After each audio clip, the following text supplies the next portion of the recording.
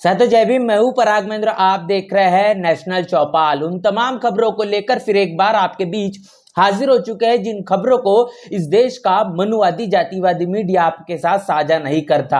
आपने देखा कि मध्य प्रदेश के ग्वालियर हाईकोर्ट में कैसे बाबा साहब की मूर्ति को लगने से तमाम मनुवादी जातिवादी सोच रखने वाले एडवोकेट्स के जरिए रोका गया है। यहां तक कि दिन दहाड़े धमकी दी गई है।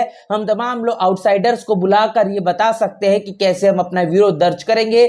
यहां तक कि प्राइवेट प्रॉपर्टी नहीं है जहां पर बाबा साहब की मूर्ति लगाई जाए। ऐसे अनेकों अनेकों प्रकार की बातें एडवोकेट्स के जरिए कही गई है। तमाम सवर्ण समाज से आने वाले इन लोगों के जरिए बाबा साहब की मूर्ति को रोकने के लिए जो कोशिश की जा रही है, जिसको लेकर भीम आर्मी के तमाम कार्यकर्ताओं को भी पीटने की अनेकों प्रकार की खबर और सोशल मीडिया पर वायरल वीडियो आपने देखा, जिसको लेकर तथागत लाइव के संस्थापक अंजुल बमरोलिया ने भी वीडियो को साझा कर बताया कि कैसे बाबा साहब जो इस देश के अंदर भारत के संविधान के निर्माता है, लेकिन हाईकोर्ट में बाबा साहब की मूर्ति को लगने से कैसे रोका जा रहा है। कितनी बड़ी विडंबना है जो आजाद भारत में संविधान के 75 वर्ष लागू होने के बाद भी हो चुके हैं, जहां पर संविधान की गौरव गाथा देश के संसद में गाई जाती है, लेकिन सुप्रीम कोर्ट में बाबा साहब की मूर्ति लगी हुई दिखाई देती है, लेकिन हाईकोर्ट में बाबा साहब की मूर्ति को लगने से रोका जाता है, जिसको लेकर आधिकारिक तौर पर चीजें लिखी हुई है और इसके साथ साथ पेंडस्टाल भी बनाया गया। मूर्ति भी लगने के लिए जब आ जाती है, लेकिन मूर्ति लगने के लिए जब अपने स्थान पर जाती है तब ये रोकने का सिलसिला शुरू होता है, जिसको लेकर ये मुद्दा अब पूरी तरीके से राष्ट्रीय स्तर पर पहुंच चुका है, जिसको लेकर तमाम राजनीतिक पार्टियों के जरिए भी अपनी प्रतिक्रिया दी गई है, जिसमें बहुजन समाज पार्टी हो, चंद्रशेखर आजाद हो, इन तमाम नेताओं के जरिए भी तमाम राजनीतिक पार्टियों के माध्यम से भी इस मसले को लेकर अपनी प्रतिक्रिया देते हुए इन्होंने दिखाई दी है। इसके साथ साथ आपको बता दें कि नेहा सिंह राठौर, जिनके माध्यम से तमाम अपने गीतों के जरिए सरकार से आंखों में आंखें डालकर जो बात करने का और अपनी बात को रखने का हमेशा से काम किया जाता है, अपने तमाम गीतों को लेकर सोशल मीडिया पर काफी ज्यादा वायरल नजर आती है। हाल ही में आपने देखा कि नेहा सिंह राठौर, इन पर किस तरीके से एफआईआर की गई और इन तमाम चीजों को ध्यान में रखते हुए नेहा सिंह राठौर ने सावित्रीबाई फुले इनको याद किया है। इसके पीछे की वजह उन्होंने बताई है कि जब शिक्षा का आंदोलन चलाने के लिए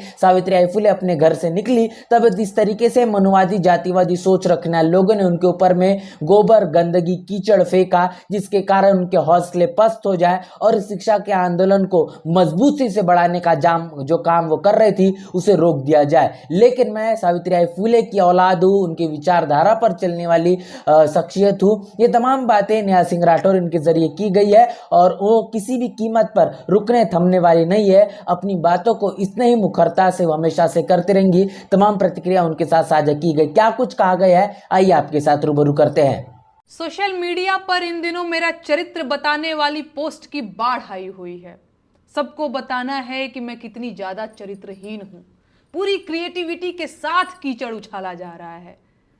एडिटेड तस्वीरों का पूरा एल्बम घूम रहा है और एडिटेड फोन कॉल से लेकर अफवाहों तक का बाजार खूब गर्म है। कुल मिलाकर सबको मजा आ रहा है। इंटरेस्टिंग बात यह है कि यह सब काम देशभक्ति के नाम पर हो रहा है और मुझे गालियां देकर लोग झटपट देशभक्त बन जा रहे हैं। अगर मैं इस प्रोसेस को न समझ रही होती तो मैं जरूर परेशान हो जाती, कमजोर पड़ जाती, टूट जाती। लेकिन इन फर्जी देशभक्तों के लिए बुरी खबर यह है कि मैं खूब समझ रही हूं कि इस वक्त मेरे साथ क्या हो रहा है और क्यों हो रहा है। मैं इस सरकार से सवाल पूछ रही हूं, लेकिन सरकार के पास मेरे सवालों का कोई जवाब नहीं है, तो बदले में मुझे गालियां दिलवाई जा रही हैं। सवाल पूछने वाली लड़कियों को रोकने का सबसे आसान तरीका यही तो है, उनके चरित्र पर सवाल उठा दो। बेचारी डर जाएंगी। न डरे तो वैश्या बोल दो, उनके घर वाले डर जाएंगे और उन्हें चुप करा देंगे। फिर भी ना माने तो देशद्रोही और गद्दार बोल दो, एफआईआर दर्ज करा दो, जेल का डर दिखा दो।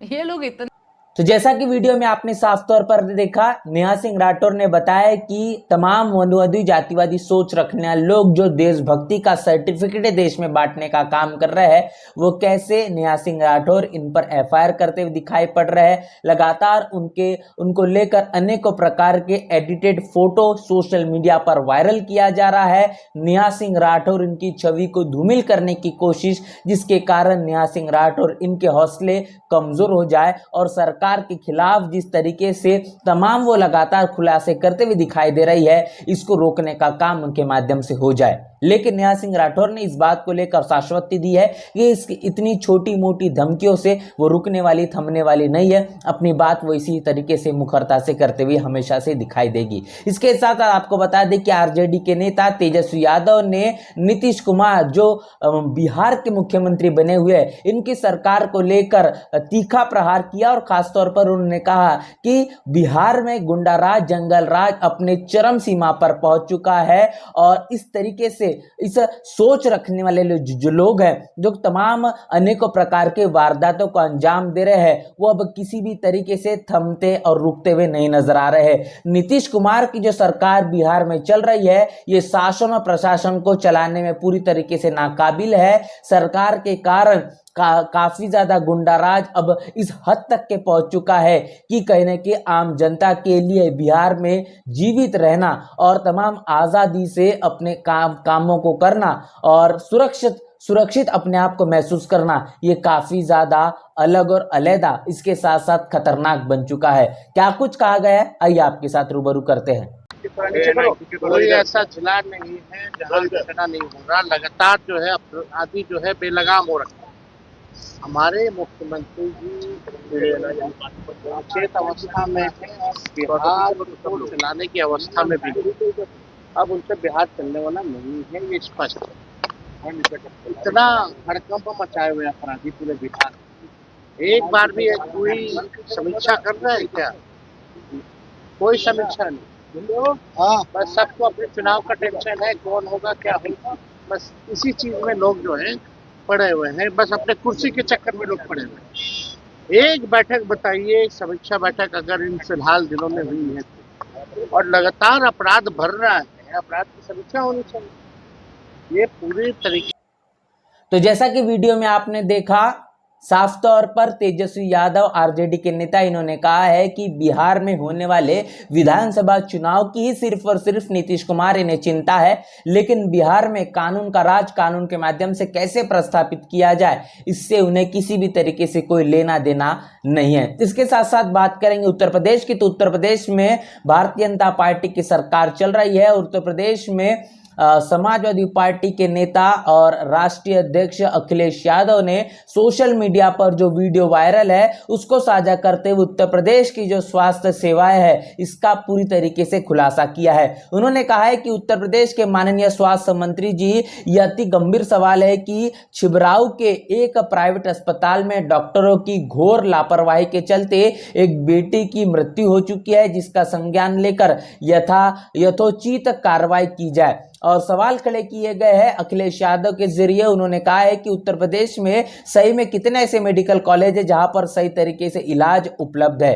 क्या ऐसे मेडिकल कॉलेज में मानक रूप से अनुरूप तौर पर जरूरी बीमारियों के लिए डॉक्टर स्टाफ उपलब्ध है? मेडिकल की क्या मशीनें उपलब्ध है या नहीं? प्राइवेट अस्पतालों पर निरंतर लगातार किया जा रहा है, लेकिन सरकारी अस्पतालों की जो हालत है वो बद से इतनी ज्यादा बदतर है कि जिनकी कल्पना नहीं की जा सकती। सोशल मीडिया पर ये वीडियो वायरल है, किस तरीके से यहाँ पर सवर्ण समाज से आने वाली जो बच्ची है, इसकी मृत्यु हुई है। इसके पीछे का एक वजह यह है कि डॉक्टरों की ये घोर लापरवाही बताई जा रही है। और ये मसला जिस तरीके से अखिलेश यादव ने उठाया है, जो प्रतिक्रिया उन्होंने दी है, ये उत्तर प्रदेश की ये सच्चाई है जिसको बार बार तमाम अनेकों प्रकार के मुद्दों के साथ छुपाने का, इस पर पर्दा डालने का काम भारतीय जनता पार्टी के जरिए खासतौर पर योगी आदित्यनाथ हमेशा से करते हुए दिखाई देते हैं। इसके साथ साथ आपको बताएंगे कि बहुजन समाज पार्टी के माध्यम से बिहार में विधानसभा चुनाव जो आने वाले इस साल के आखिर में होंगे,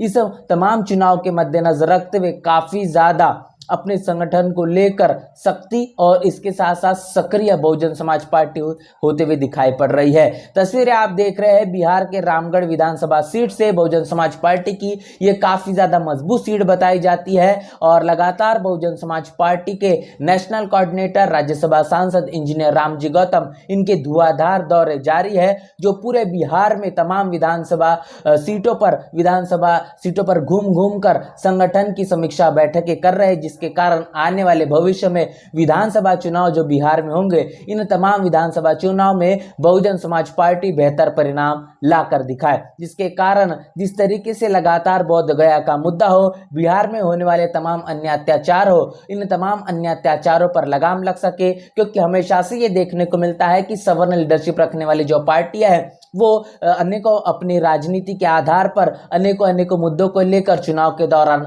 अपने बड़े बड़े मंचों से दावा करती है, लेकिन सत्ता में सरकार बन जाने के बाद तमाम अहम मुद्दों को दरकिनार करने का काम हमेशा से होता हुआ दिखाई पड़ता है। लेकिन अगर बात उत्तर प्रदेश की बहुजन समाज पार्टी की सरकार की करेंगे, आपको देखने को मिलेगा कि कानून के माध्यम से कानून का राज अगर कहीं ना कहीं प्रस्थापित किया गया तो बहुजन समाज पार्टी के शासनकाल में देखने को मिला।